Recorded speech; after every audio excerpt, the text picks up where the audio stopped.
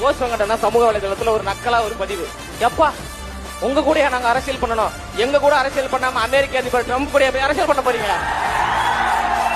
எங்களோட தான் நீங்கள் அரசியல் பண்ணி ஆகணும்.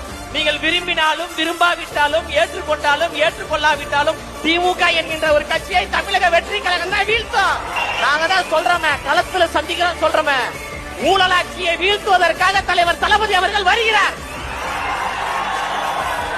தமிழ்நாட்டில் என்ன ஆபத்து இருக்கு, தமிழ்நாட்டில் என்ன பிரச்சனை இருக்கு?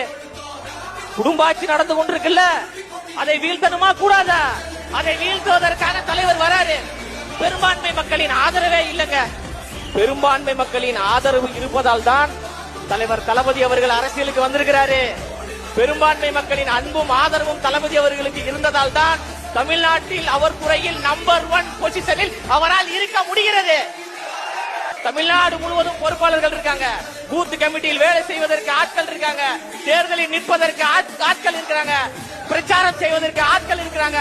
தமிழ்நாடு முழுவதும் சந்து பொந்தெல்லாம் வேலை செய்வதற்கு, பம்பரம் போன்று சுழன்று பணியாற்றுவதற்கு தமிழக வெற்றி கழகத்தை சார்ந்த தோழர்கள் இருக்காங்க. மணி, யாரை பார்த்து நீங்க ரசிகர்ன்றீங்க?